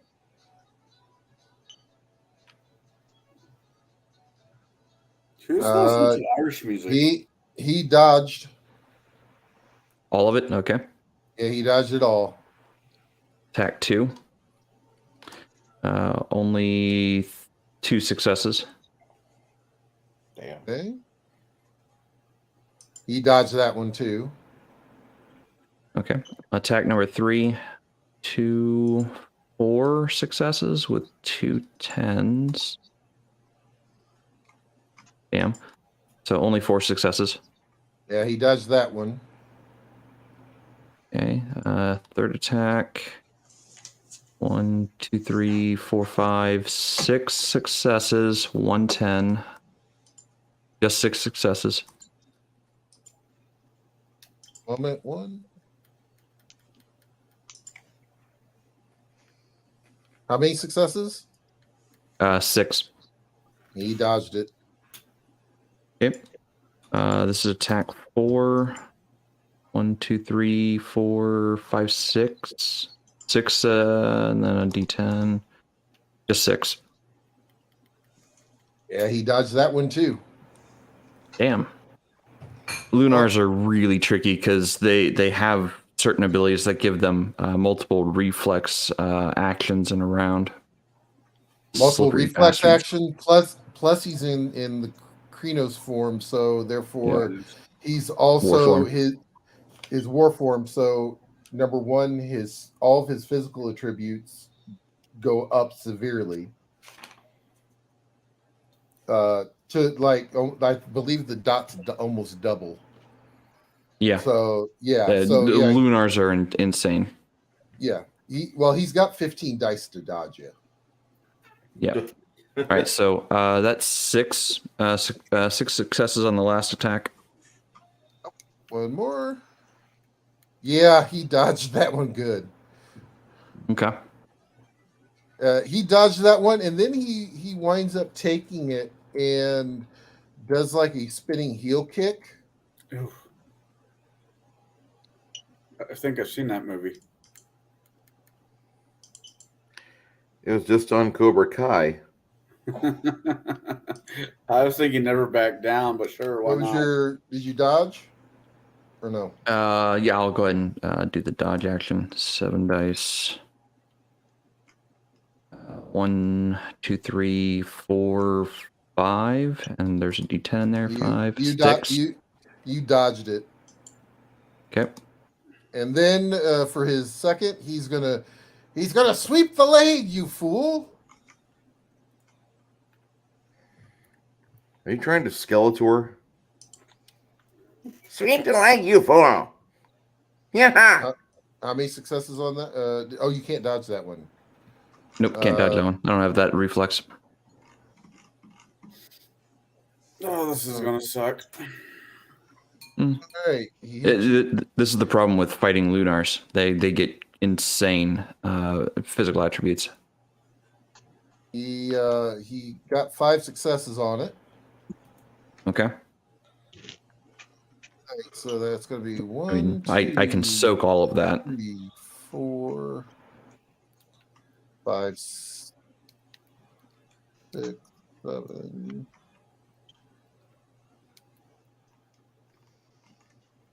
8, 9,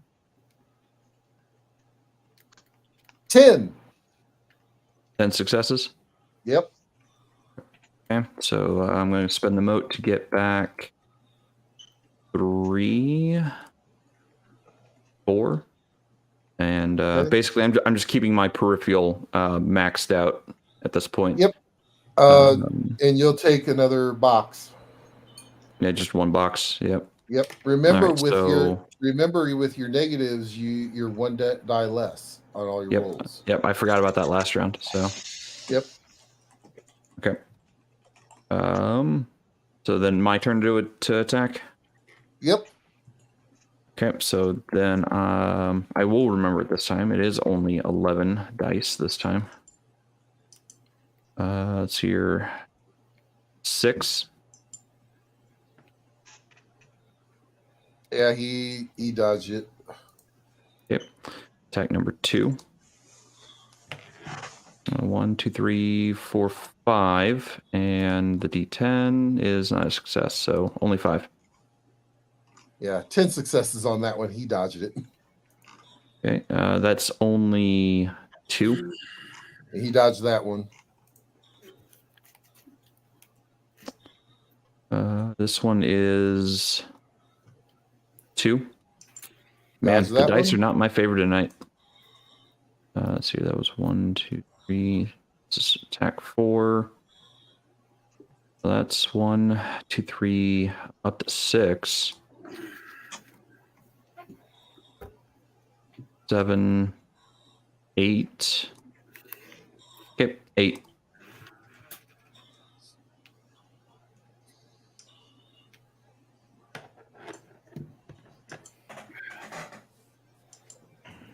Dodged it. Okay. Thank God for 10s. Last attack. 4. Dodged it. Yep. Okay. Back to him. All right. He actually draws back a little bit and then is doing a pounce attack. Okay.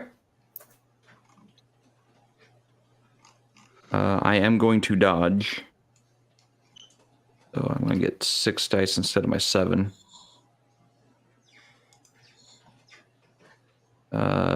3 successes. So that will be 3 off of his 15. Okay. With this one, let me roll. He may not do a lot of successes of damage. He could get a lot of ones. However, if he doesn't succeed at this, I'm going to sledgehammer fist him right into the face. Well, this is going to be double damage anyway because of what he's doing. Oh, the charm?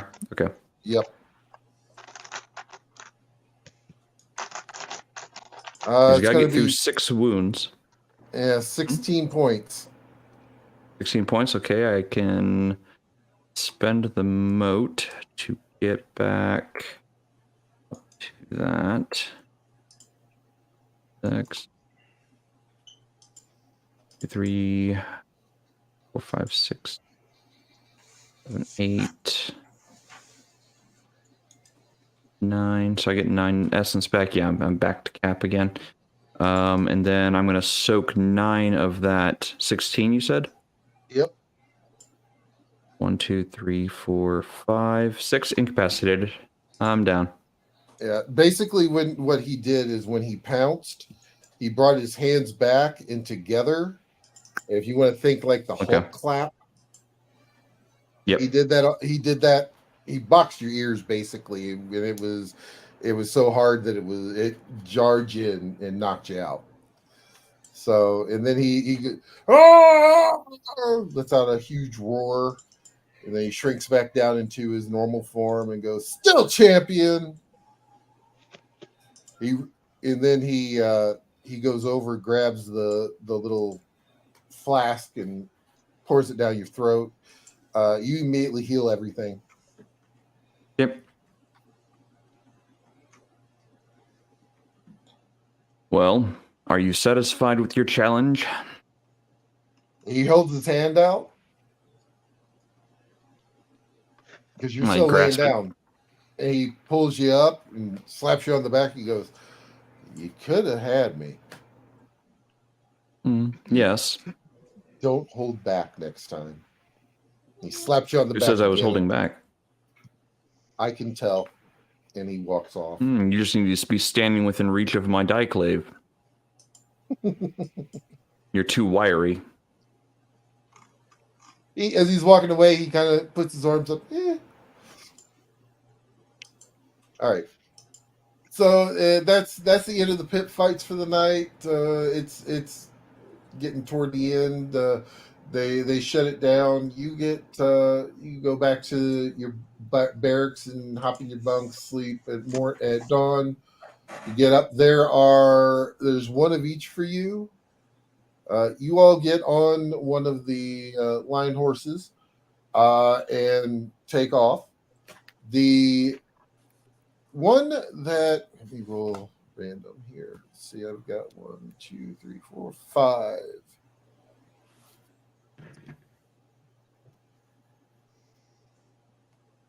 Only 3. So Shadow, your lion horse seems to have a bit of an issue. He seems to be doing a lot of defecation. It's a shitty horse. It's not my horse. And as you're riding, you see a tag flipping on its collar. It looks like it has a name on it. What does it say? You grab it and look. It says Dumpy. Okay. He's right. It's a shitty horse. Yep. I need everyone to make a perception and wits roll for me. Oh, I got the guys. You're looking. Your target is 6 or better on the dice. 4, Perception 7, and 8, wits. 9, 9. So just- 4 plus a total of 6 successes. Okay. 4. Everybody with 4 or more, you will notice that as you are riding, because you guys have decided that Dumpy's going to be in the back. That's the foregone conclusion. Yeah. So, and you guys turn around to make sure that he's keeping up with his issues with his bowels. That Joel's actually able to keep up, and you notice that where you have ridden, it looks like a lot of vegetation is springing up behind you. What's the number you have to beat? 4. Yeah, I got it. So the horse is literally the spirit of spring. Above board, he is a minor god of fertility. And wherever he defecates, life comes.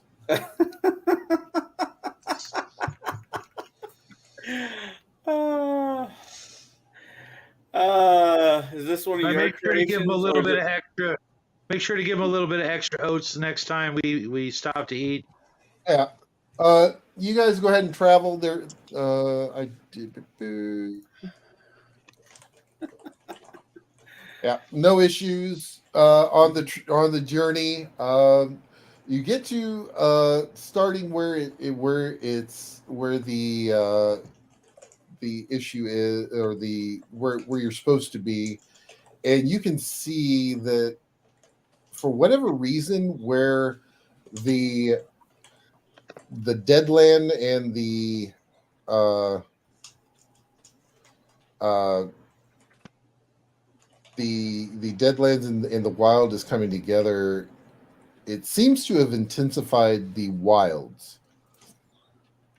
As you're standing there, you see a gentleman leaning up against a tree.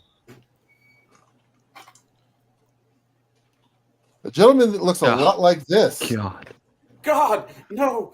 Fucking Do not Goblin look at the King. package. Do not look at the package. Oh dear God. He's sitting there. He's twirling the crystal ball. He goes, No. finally, the Solar have come to rid us of this infestation. The demons are just doing terrible things to the garden. By the way, I am Jareth. I'm the Goblin King. Oh.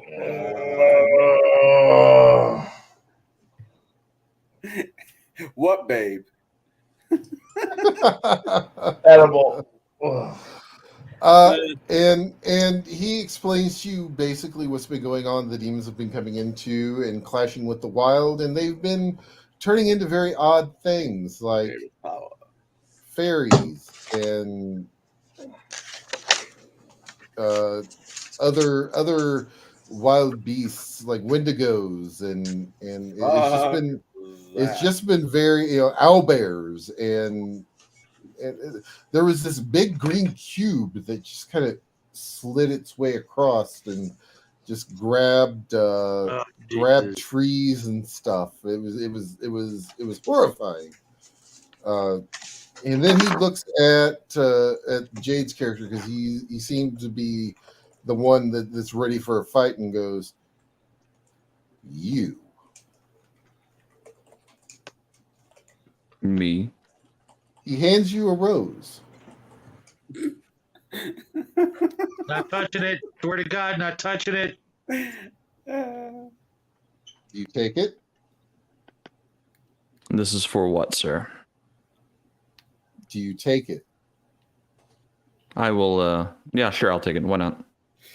As you touch it, you disappear.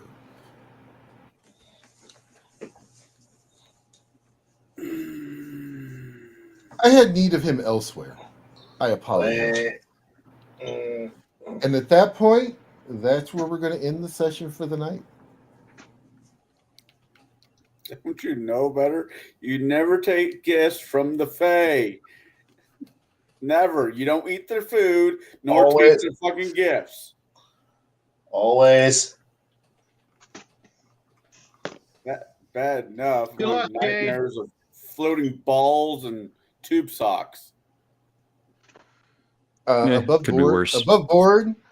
Really? Jade is actually. Unfortunately, Jade. You might want to is check private chat. Oh. Things have changed. Uh-oh. I wish you would have told It's me fine. that prior. Okay. Sorry, I arrived really, really late this evening to the pre-show. Okay, no problem. Don't worry, Yeah, you'll figure it out. I always do. And So, this is how we get 3 shows. No, it's still going to be. I'm sticking to 2. This isn't fifth ed. Not Shots with Ed's fired. fault. It's If we Dan's had fault. just done, if it had been a role playing 5th edition game, it would have only been like 2 hours, maybe maybe an hour and 50 minutes. No, Connell, you should So- homebrew something. Okay. So I hope everyone has enjoyed the first installment here. I definitely thank you for delving into to my mind of my friend's world, and yeah, we're gonna pick this up next week. Let's go ahead and do before we get out of here. We're going to actually start with Kai. Kai, are there going to be any interesting musings on Bruce's Discord? Depends on what I feel angry about, or disgruntled about, or inspired about, or somebody just pokes the channel and goes, "Do something." You are allowed to do that. Just Doing it right now. poke the channel. Yeah, go write something there, and I'll respond to it in some way, shape, or form. How hard is it to make a second account? I don't know. I have one. I don't know about a second one. I don't do this. I don't maintain multiple accounts. There's just one. So make sure you do go check out Bruce's Discord, and definitely make sure you check out Kai's little musings in there. Bruce is going to put the link in chat here momentarily. It's my corner. Make sure you go check that out. As my wife goes, poke Kai. The Shadow, what do you got coming up this week? Let's see. Nothing tonight because we ran a little bit late, and the little guy's still sick. But we will have some painting and craft videos coming up shortly. Otherwise, you'll be able to find me hanging out with the rest of the motley crew, either on Max's channel, Bruce's Game Saturday, Connell's show on Sunday, and then on to a brand new week. And I hope everybody out there has a great weekend. And thank you to all the new people who have joined the channel this week and this month. It's actually been a record week and month. So thanks to everybody out there that have been, playing along. All right. Connell, what do you got coming up this week? Well, I got a game going on tomorrow. If I can figure out how to make a damn character for it. Saturday, I have Bruce's Campaign, which has already been stated. Sunday, me and some other fine, and I use the term loosely, gentlemen, extremely loosely. Hey, Jackie's nothing but a gentleman. Yeah, I think you have to be above the age of 16 to become a gentleman. He's a gentle boy. Oh, no. Fair. With that being said, and shots fired across the interwebs, we will be reviewing the Casablanca.